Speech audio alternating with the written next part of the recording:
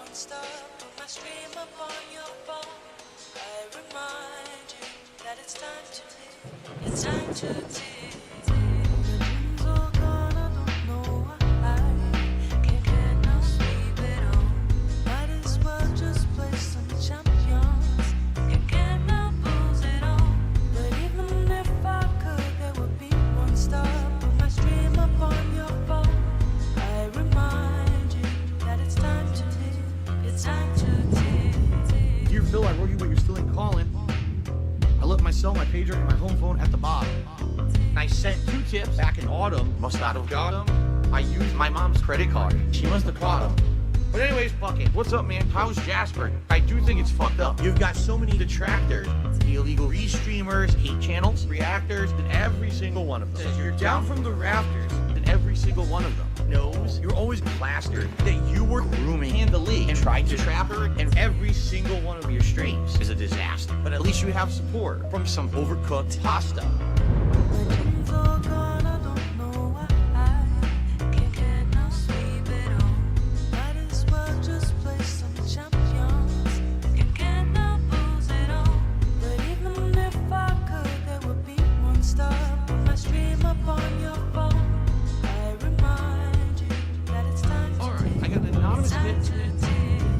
Dear Phil, I've been a fan since 2011.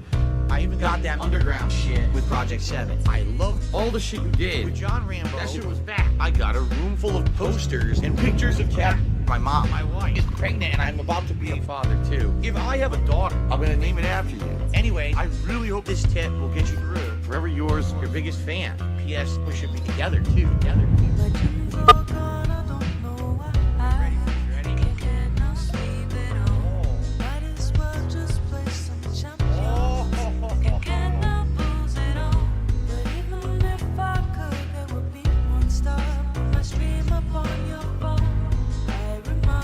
This right here sucks.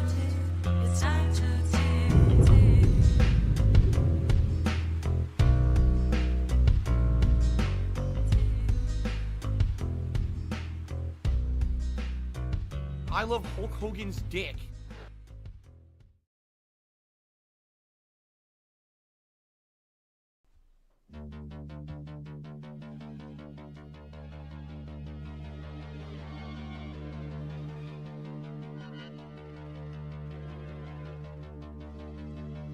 Staring at a little chat window like it was a demon in the corner counting tips.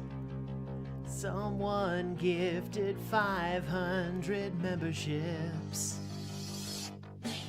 Logging on my mobile game to go nuts. Why isn't my bank account robust? Where's the dough? I'm bitching to YouTube, I've gotta know that I'd be rolling like Bezos, but these are Argentinian pesos. Give me tips from America. Give me tips from America. Pay me USD or get the fuck out. The detractors found a way to hurt me. Now everybody is subbed with a worthless currency. This shit's only good for Monopoly. Their actions ought to be felonious. I blame Juan Perón for this awful travesty. This could mean less DoorDash engine for me. I've had enough of you dumb fucks and your Argentinian fun bucks. Give me tips from America. Free. Give me tips from America. Free. Tell all of the foreigners they can fuck off.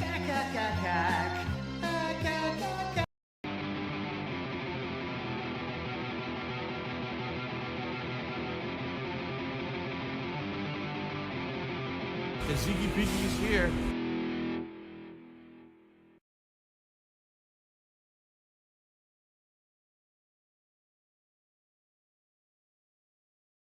Fun.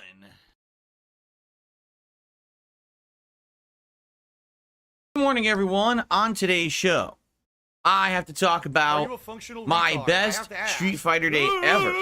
Because yesterday was a heck of a day, but it was completely like unplanned the way that it went down. So I'll get you all caught up. In addition, we got a bunch of game news to talk about and some cool updates. And today, we return to Elden Ring to try to fix my build and finish up the DLC. All this and more on today's episode of the Level 1 Podcast.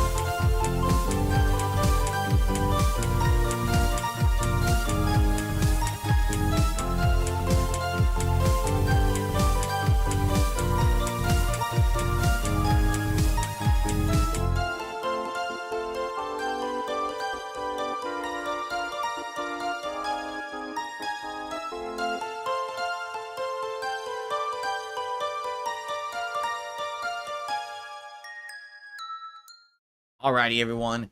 Welcome to the show. Today is Saturday, the 20th of July, 2024. First off, I just want to make this abundantly clear. We're taking a break from Street Fighter for a few days. Alright, yesterday, I ended up playing Street Fighter way more than I had originally planned, like twice as much. And because of that, I am officially burnt out on Street Fighter. I have no desire to play it for many days until I kind of like recoup, and then I get that what do they call it? That craving back for fighting games. I actually need a break from fighters for now after yesterday.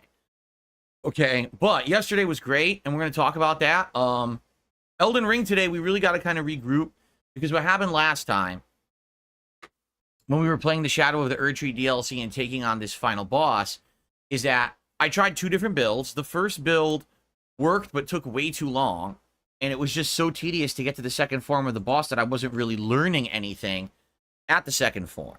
Then I started using a different build, and that got me to the second form faster, but it would have required me to keep rolling and dodging constantly to win, which is hard to do because the boss has so many effects. I couldn't really see what was going on to time my dodges. So people had made a suggestion around the third hour of my stream of Elden Ring saying, hey, why don't you do a bleed build? Because bleed build works really well against this boss. You're rolling and dodging and hitting him. You'll definitely build up bleed. Oh, ding dong. So I spent an hour running around grabbing bell-bearing items so that I could buy the smithing stones I needed to level stuff up. I kind of made as best of a build as I could. I respect, and then I went back to do it, and didn't work because I didn't have two of the right weapons. So it was really busted and not what it was supposed to be, and we were out of time. So today, what I'm hoping we will do on the Elden Ring stream is repair that bleed build and make it work properly, either by having two weapons that both have bleed, which was the intention from the get-go, or by doing it a different way. Like someone had said something about I needed a weapon art or something, and I'm like, okay, so someone told me where it is because I don't have it. So I guess we could go get the weapon art, but it's like, is that going to really help? I don't understand what people were going for, because they were trying to like coach me into this bleed build, but I didn't really know what was happening with it. I hadn't used it before, and it definitely didn't work. All right. Now, another thing that's been suggested to me is that apparently the final boss is very susceptible to parrying, which I wouldn't have expected. Like, it's the last boss. You would think the last boss, maybe you couldn't parry at all. But they're apparently saying, oh no, he's actually incredibly parryable. So if you're good at parrying, he's actually not that bad of a boss. And I was like, well, I was parrying in this DLC. So maybe I should try that. So anyway, we have some things to try today. The other cool thing about today is, it looks like we're going to finish Riven, which is nice. It's been a great game, and to see how it all ends and wrap it up will be special and fun. And then we can have other nights for other, gameplay coming up, especially the return of Fallout 4, which is going to happen in a few days. So, yeah, I'm excited for today. I think today's going to be a great streaming day, okay? All right, here's what we'll do. Let's talk about yesterday and how it went, because yesterday went so different from what I had expected it was going to be. So I want to like talk about that, and then what we'll do is we'll cover the schedule for the rest of the week, and then we have some game news actually to cover today. Some pretty interesting game news in regards to Assassin's Creed Shadows. Because once you hear this controversy that has been uncovered, your mind's going to be blown. I wasn't even aware of it, and then I started reading one post, another article. I was like, wait, what? And it was all true, and I was like, no way. Basically, you know how everyone was up in a tizzy about Assassin's Creed Shadows and how historically accurate it was to say that there was a black samurai in Japan, and they chose that samurai to be one of the protagonists of the game. So essentially what they found is that the entire story was fake. The entire historical story was kind of made up, and I'm going to cover that today. I couldn't believe it when I was looking at it. I was like, what? Yeah. Anyway.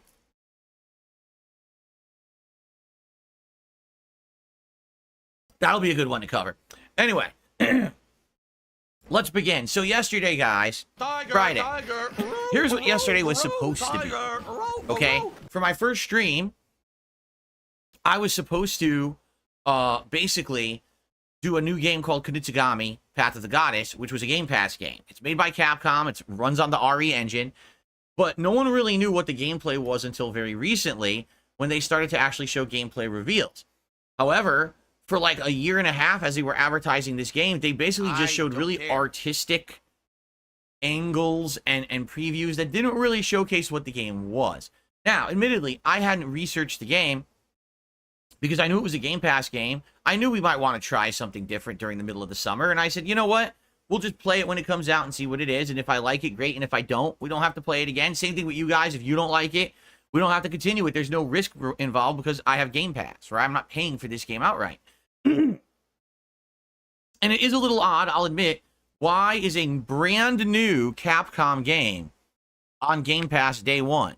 Can you think of any other Capcom games that have done that? Street Fighter doesn't do it. Resident Evil doesn't do it. Devil May Cry doesn't do it. Monster Hunter doesn't do it.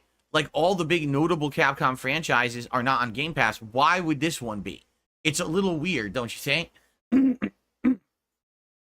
So anyway, yesterday we tried this game, and essentially what it is, first of all, graphics are outstanding, but it's on the RE engine, so you're not surprised, right? It runs beautifully. The frame rate is nice and smooth, 60 frames. And the music is very nice and relaxing. It's very, you know, cultural to Japanese, like, feudal-style music and stuff that you would hear around that time. Pretty nice stuff. However, the game is literally a tower defense game. You are a generic samurai guy, and all you do is you run around button mashing because the combos are pretty meaningless. They don't really do anything. And you kill a bunch of... Well, first of all, you cleanse a town, and all you do is run around holding B. So you cleanse the townspeople, you cleanse parts of the town to gain magic, then you use that magic to turn the townspeople into jobs, like the woodcutter, who's a melee fighter, or the archer, who obviously is a sniper class. And then you position them in the town, and then all you do is you initiate a wave of enemies, and the enemies start coming in, and you kill them, and prevent them from touching this woman who's like supposed to be like some kind of a sorcerer or a priestess. You protect her from the demons. You do this in waves. Eventually you have enough energy built up where she can clear the stage, and then it's over. You go to the next stage. Now, the variation is that, number one, there's bosses that are big monsters you fight, and those are a little bit tougher. Sometimes you have to, like, revive or heal yourself or heal your units that you position around. There's also special attacks that you can unlock. Like, there was one that was a flame attack that builds up a stun meter on the boss. But essentially, it is super duper repetitive, super duper basic. And what I mean by that is there's nothing really to it. If you've played a tower defense game, you've basically played Kunitsu-Gami again. You know what I'm saying? Like, you've already played this game. It just looks different. It's pretty. And I do like how nice it looks, for sure. I am liking the looks of the game. But outside of that, this game, no exaggeration, could have been on your phone. You could have played it 7 years ago, and it would have been identical. Okay? So we played it for about an hour, and I had beaten 3 stages. I beat the first level, which is the tutorial, the first boss level, and the second level. And everyone was bored, including me. I was like, wow, that was nothing like what I would have expected out of Capcom. Like, Capcom usually has experiences that are just less than a one-dimensional style game, and this is 100% one-dimensional. And I was like, oh. So the good news is, because it was on Game Pass, there was no commitment to keep playing it or anything. And I was like, oh, okay, let's go ahead and let's do something different. So after my first hour experience of boredom, we all agreed I should switch. But the problem was, there was no clear... My hair will not stay up today, you notice that? There was no clear-cut answer for what I should play. If I played Fallout 4, people would be disappointed because they didn't know I was going to bring it back yet. So they would have missed that premiere stream in a bunch of Nuka-Cola World. If I brought back Elden Ring, well, the Elden Ring crowd's coming by today to see me take on the final boss. So it's like, what would I have done that wasn't going to upset people? Well, the only thing I could think of would be multiplayer, so Street Fighter, right? So literally, on the fly, unplanned, for 2 hours, I played ranked Street Fighter with M. Bison at the master level. If you remember when we had played the other day, I think I had ended at like 1,540 points or something like that. All right, so here's the deal. I had my best ranked stream ever in Master. I've never done this well at this level before. It's unprecedented of me doing this well at the Master level. So I played 32 matches. I won 22 out of my 32 matches, a 69% win rate. I skyrocketed my Master rank points from 1,540 up to 1,612. I have beaten the 1,200 barrier and then some. So the hope now is that as I move forward, I will be hopefully get matched with better people. It won't always be the same flowcharting Cammy, Ken, Akuma players and a zillion Bisons. Instead, I will hopefully get variety. I really hope so, because that's how I'm going to learn. Again, my problem is, since I played Bison, I've fought so many Cammy, Ken, Akuma Bisons. I don't have experience against half the cast, right? I think I fought one Blanca, maybe like 1 or 2 Dalsims, right? There's so many characters I've barely fought. Like Jury, I really don't know what to do against Jury because I've only fought. Mornings just got sweeter with Tim's Maple Bacon on our new cheddar croissant. Try it today. With Wayfair, finding your style is fun. Grab any chair. Doesn't matter if it's your outdoor style or not. I'm sorry, Carl. This is me in chair form. I told you we should have done a piñata. I explained it so many times. Wayfair, every style, every home. You need to sit down. You watch those videos back, you're going to see basically I held my combos. I wasn't really dropping. I was doing more optimal things and setups. I was actually locking people down with head stomps and devil reverse. I'm just going to say this. Out of all the people I see using Bison, I seem to be using head stomp and devil reverse way more than anyone else. I'm trying to innovate my gameplay to make it different from the other Bisons that are all the top Bisons. I don't want to just do the same exact pattern and rush down and things that they do. So, actually, I'm trying to learn and be a little different. And it worked yesterday. Like, the people were getting shut down. They didn't know what to do. And I was having some great close matches against Marisa, who's been my bane since I picked Bison. This is the first time I even beat a Marisa with Bison. Yeah, it was going well. So, yeah, I was very pleased with how that went and shocked because, again, previously, I've had bad experiences, but I think what it is I'm finally getting the hang of the flowcharts and stuff. I'm figuring out how to beat them and interrupt their save hit strings or get around them, you know? So it went really well. I was very pleased with how that went. Now, the thing is, I had another session of Street Fighter already scheduled for Friday Night Fights where I was going to do a casual lobby with Brian, but he also had some of his friends who play Street Fighter who all train together, and he wanted to have a lobby with them too. And I was totally for that. I was like, why wouldn't I do that? I want more variety. Right? That way we all get practice against a variety of characters, right?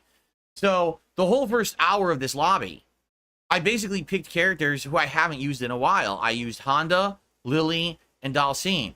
And quite frankly, I was doing really well. I was kicking butt. Particularly with Dalsim, I went like 8-1.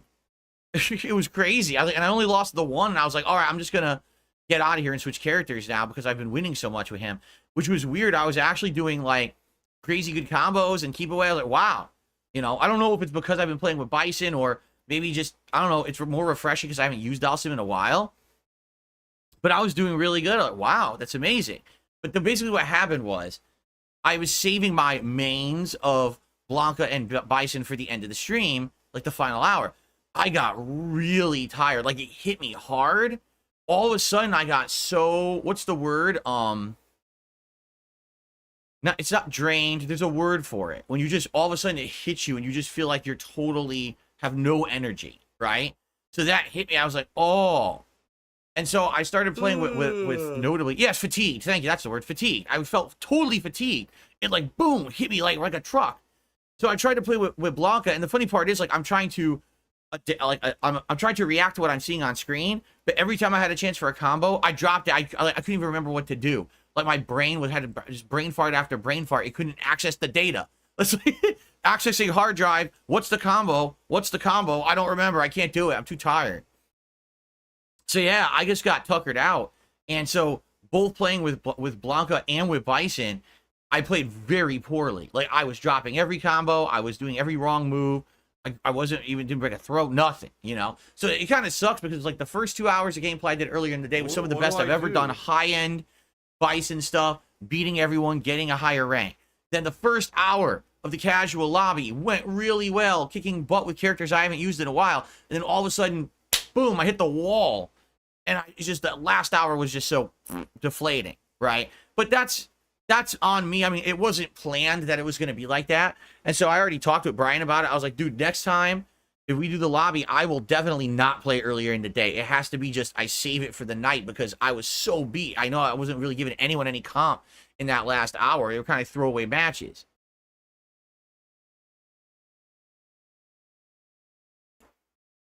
Now, something else happened that was really weird. So the last time that I did a lobby with Brian, if you remember, we used Discord to talk, and it worked well. This time, it was like night and day. It was terrible. The audio was awful. I listened back to the videos, and I'm like, I can't hear Brian. I can't hear the other guys. I can't even hear the game. Like, what happened here? And by the way, I haven't changed my volume settings in OBS. They're all the same. So apparently, when they updated the Discord app last month, and they made it so that Discord is now integrated into PS5, and you can actually start voice chats and stuff there, they screwed up all the volume, because now whenever Discord turns on, the volume goes way down. So I apologize for that. I didn't know that was happening. Stop this! The audio in my neck phones was working fine. But then you guys couldn't really hear it. And I mean, that sucks. And I'm really sorry about that.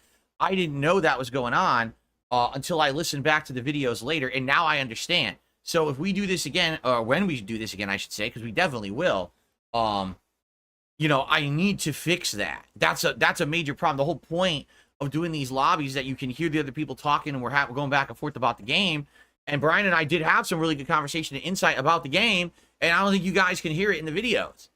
And that sucks. And I'm sorry. Again, I'm sorry for that. That really stinks.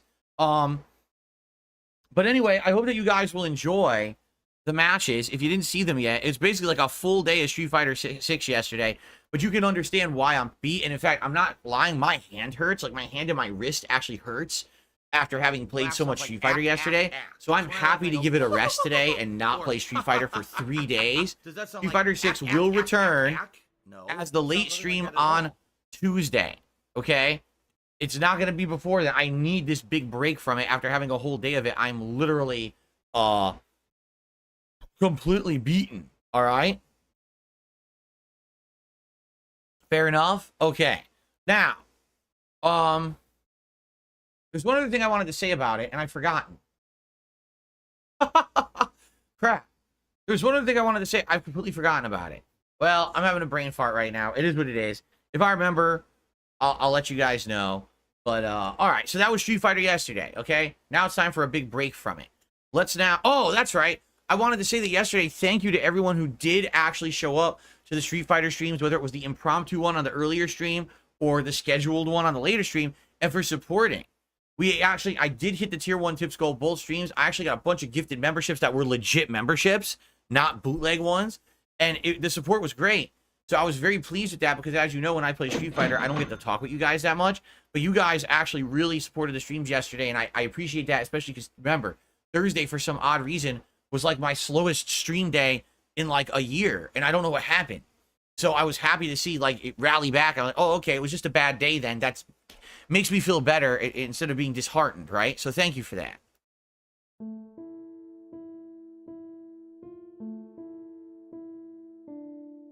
Okay, so let's talk about today. Elden Ring endgame, final boss again. Let's see if we can repair this bleed build. I will need your help. There's something about some like lion's claw ability that people are saying is like the best weapon art you use with bleed build. I'll try to get it. I don't know anything about it. All right. And I don't know. What I'm thinking is, can we fix the bleed build to either make the club I'm using really good or to make it so that I can dual wield bleed weapons? Because right now I only have the one. Is there another colossal weapon, right? That's a normal colossal that I can spec into a bleed weapon. So that way I can have dual bleed weapons. I mean, if so, yes, that's excellent. If not, well, I'm kind of screwed then, right? So let's talk about that and try to figure that out. The other thing is, I was told, like I said, parrying works against the final boss, which I didn't realize. And so with the parry build I was doing earlier, I was able to parry some tough enemies. Maybe I could parry the boss, but I've been told there's a better parrying shield you can get from the vendor at the round table hold or whatever. And that it's the best parrying shield like in the game. And if I parry, apparently what I'm to understand, this shield you can parry without blocking. So you don't have to hold block and tap it. You can just wait for him to attack and just tap it and it, boop, knock him away and parry. But I don't know how that's gonna work. I don't know how that's gonna work. Yeah, I guess we'll have to see. Anyway, so we gotta work on this stuff. And try to figure this out today. All right, and you know, I would like to beat it today. It takes 3 parries to stun him. Okay, cool. 3 parries. Now, wait a minute. If you parry, does it interrupt his combo? Because if it does, I'm okay with that. If it doesn't interrupt his combo and he keeps attacking, I might be screwed. I don't know. We'll see. We're going to start with bleed build and go from there. If I beat it today, great. If I don't beat it today, I'm still not really... I'll be honest, I'm not really caring. Here's the thing. When I played original Elden Ring, everyone hyped up Melania. Oh my god, she's the toughest thing ever. Want to see how many, you know, how long it takes you to beat her, how many deaths, etc., etc. But I've been there, done that. You know, I basically mastered her last time I played her. And now it's like, with this boss, I'm gonna be honest, I know I'll beat him. I just don't really care how I do it or how fast I do it. I don't feel like there's any pressure or any rush. When I feel like there was a sense of urgency and hype behind beating Melania. Excuse me, Melania. I always get her name wrong. There was like a sense of urgency to beating Melania. There's like no sense of urgency to beating this boss at all. Right? Like, I could beat it today. I could beat it later this week. I could beat it in a month. It doesn't really matter. Like, I don't really care. I know I can beat him. It's just a matter of memorization and a little bit of luck and a good build. So I feel like it's more formulaic now. You know what I mean? Like, when I was fighting Melania, it was like, damn, I don't know how I'm going to pull this off. She's insane. This guy, it's like, yeah, he's good. It's crazy. It's challenging, but it's formulaic at this point. I know what Elden Ring is. You memorize the boss pattern. You play well without making mistakes. You get a little bit of luck, because every once in a while they do the attack you can't really dodge or whatever. And then, you know, you have a good build, and then you're going to win. It's just a matter of time. It's a matter of iterations until you get to that point that you're going to get it done. So it doesn't really feel... I think what it really is I played too much FromSoft style stuff recently. You know, there was Lies of P. It was my original run in the Magic Run last year of Elden Ring. Then there was finishing the Magic Run in Elden Ring. Then there was another Crab's Treasure. And then there was Shadow of the Erd Tree. And it's like, that's way too much of the same style, to the point where I get to the end, I'm like, meh. I'm not really hyped or caring that much, you know? Like, I know I'll do it. It's just, I don't really care that much. It's not that big of a deal to me. You know what's even sad is, like, next month we got Black Myth Wukong, and if this plays just like a FromSoft game, I might be kind of burnt out on it, you know? Then again, at least that will have a completely different style to it. Much like with another Crab's Treasure, it was refreshing because you were in an undersea environment. Everything was, the world design was like ingenious. So maybe if Black Myth Wukong is like that, it actually would be a little bit more interesting. I don't know. But I just feel like I'm burnt off on the whole FromSoft thing. Like, I probably at this point want to take an official break from real FromSoft games for a while. It's just too much of the same. You know what I mean? So we'll see how it goes today. If it goes well and I beat it, great. If I don't really care. We'll just play it again. You know what I mean? Like, it's not that big a deal to me. So,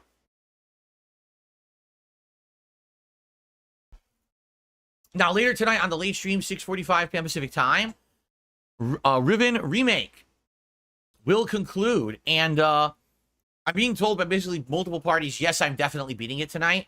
But there are a little bit of twists and some tricky things at the end that may help me determine how long it takes for me to beat it. So I might, if I do well, I might just, boom, go right through and do it real quick. Or it could take me a while. All right? So we'll see how it goes tonight. And but it should be a good way to see the end of Riven and see how it all ends. Okay? Tomorrow is React Day, meaning we're going to do my clip show, DSP versus the Internet on DSP Reacts on the day stream. And we're going to finish up my retro react to my original Dark Souls 1 run on DSP Throwback on the late night stream, which I'm excited for because that coincides kind of with the end of Elden Ring here, right? We get to see the Rage Quit live together for the first time. FYI, if you are a member on my DSP Reacts channel, you must submit your clips for tomorrow's show by the end of my streams today. You must, by the end of my late stream of Riven, you must have submitted your clip. You cannot submit the clip after that. I make the playlists right after that late stream. It's always been like this. So please do so that way you don't miss out on your chance to get your clip watched tomorrow. Okay? Then on Monday, we're returning to Fallout 4. Yes, I'm going to bring back Fallout 4 as the day stream on Monday. We're going to continue on with the Nuka-Cola, our Nuka World DLC. We're actually in the part of the DLC that's a little better, where you go around the park and you're clearing it of all enemies and puzzles and stuff. It's better than previous, where you were just kind of doing stuff for the gangs. Now it actually picks up and gets more interesting.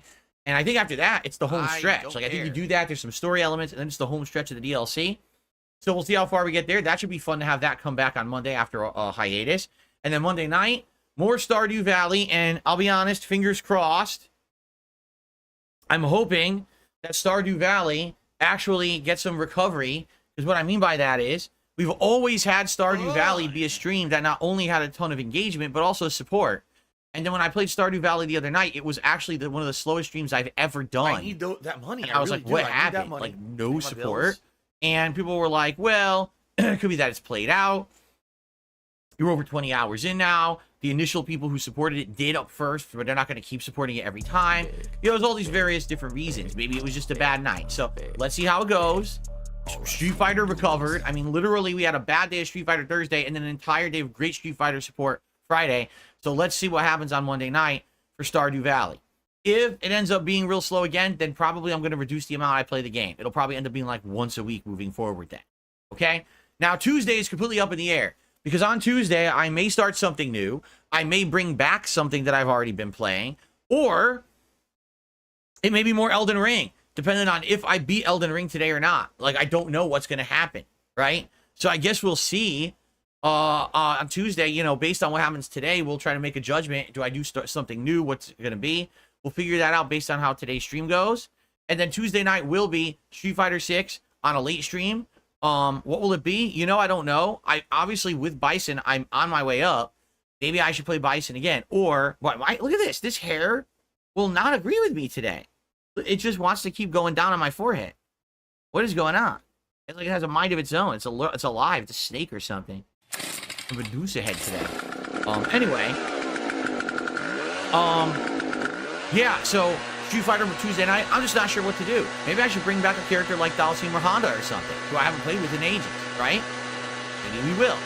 All right, so anyway, that's the streaming week. I'm off on Wednesday. Next week is all over the place. Don't know what I'll be doing next week. There's many different options, but remember, next week, folks, is 1 week from today, actually, is DSP's Digital Summer Party. That's right. Only 1 week from today, we're going to be doing a full marathon stream of summer fun, including food and booze, including games, perhaps a summertime themed tier maker, and other things. So it should be a great event.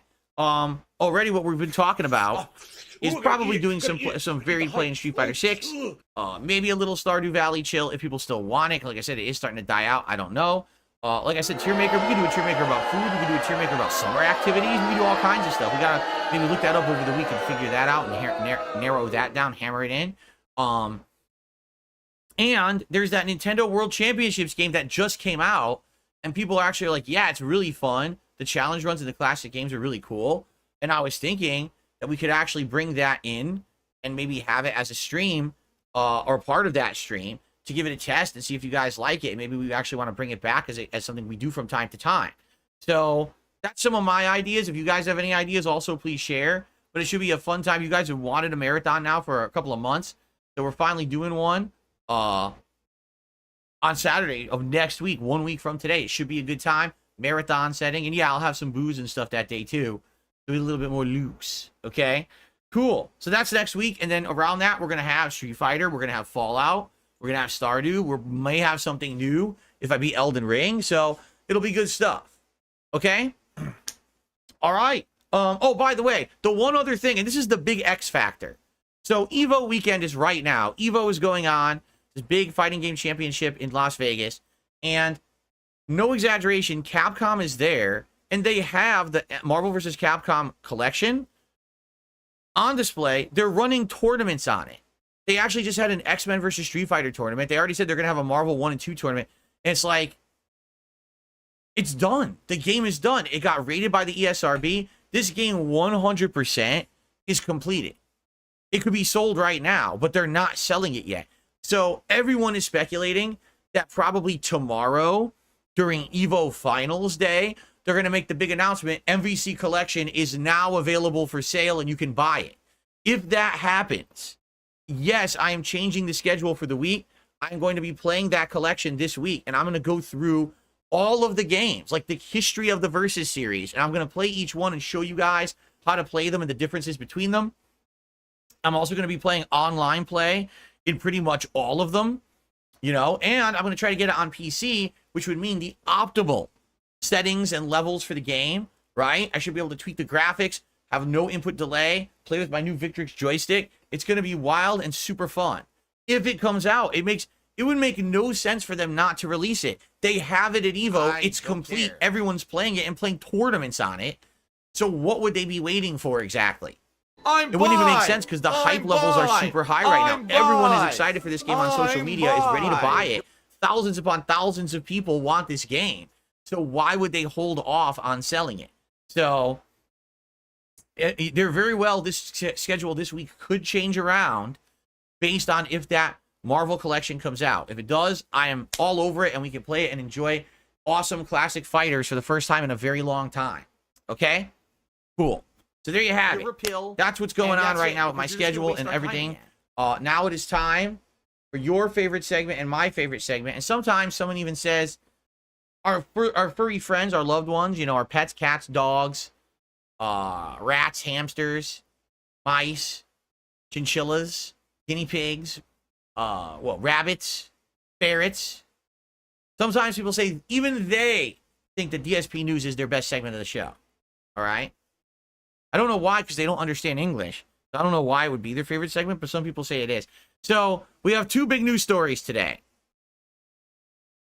The first big news story is that Bethesda Game Studios have fully unionized the entirety of Bethesda.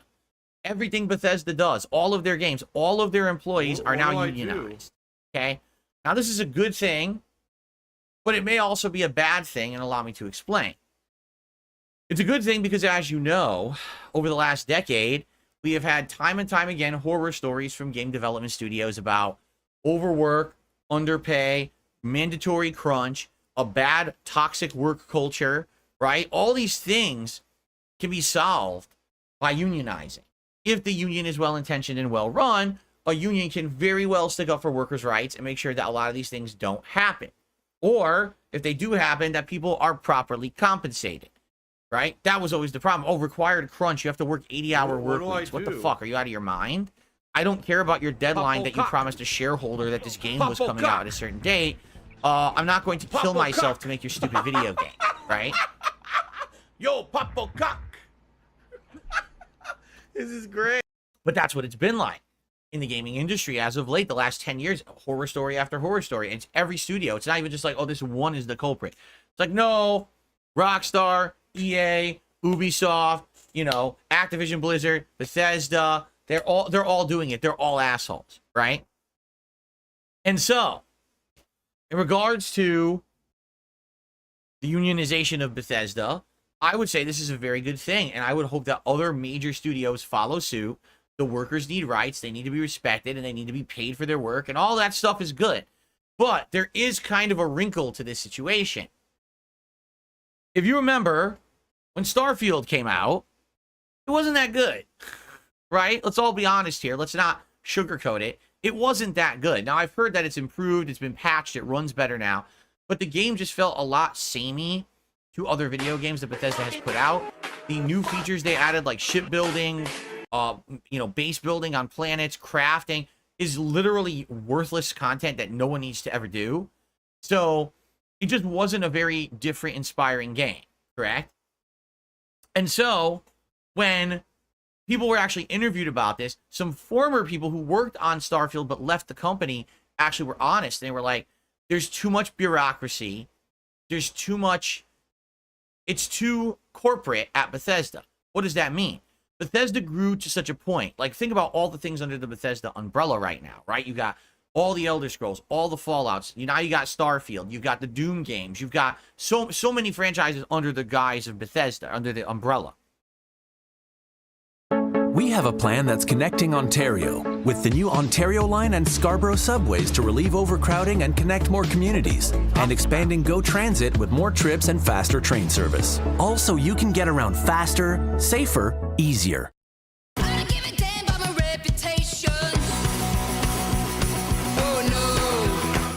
Because it really was rushed, and they didn't have an ending for the game. They ran out of time and didn't know what the ending should be.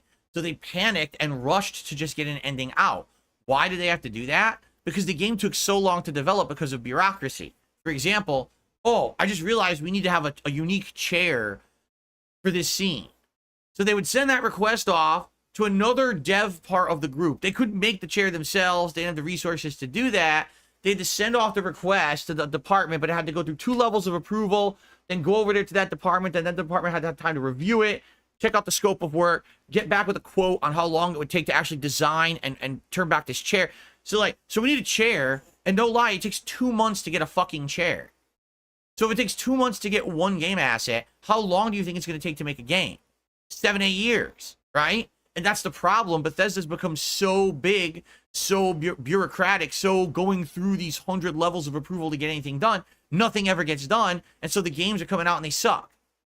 They take too long to make, and then you can't get anything done. They literally wrote the ending of the game on a whim because they couldn't think of what to do because they ran out of time. That's why the ending is terrible. Okay? So, if Bethesda is already too big for its own good and already too bureaucratic, how is unionizing going to help that problem? If anything, what unionizing does, it adds more layers of approval, more layers of bureaucracy, more layers of delay to a company that already is not good at putting out games in any kind of a satisfactory manner. So if you thought, oh man, it's taking too long for Elder Scrolls 6 to come out, you may have to wait even longer for it because now they've unionized, right? That's what I mean. Like, everything's a double-edged sword in life. A lot of the times you got to see both sides. I'm happy that they unionized. I want them to be treated fairly. I want them to get their fair shake. I don't want them to be mistreated and overworked. You know, everyone deserves that in the workplace.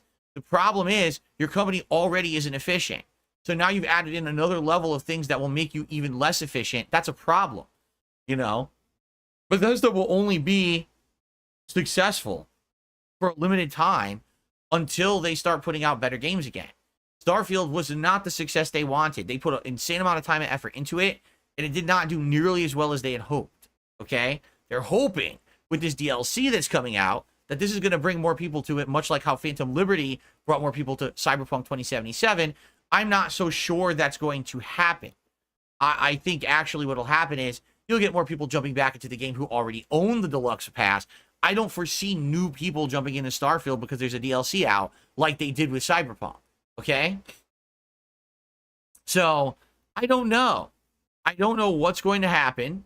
And I'm very worried about the future of Bethesda games, notably Elder Scrolls and Fallout. I mean, right now the situation they're in is ludicrous. Fallout TV show comes out. They have no products whatsoever to offer people to tie in with it besides 7 to 8 year old games. at the youngest, right? What the fuck were they thinking there? That's the most boneheaded business move. Put out a TV show that popularizes your franchise in the mainstream. Your IP is popular now, but you have nothing to offer anyone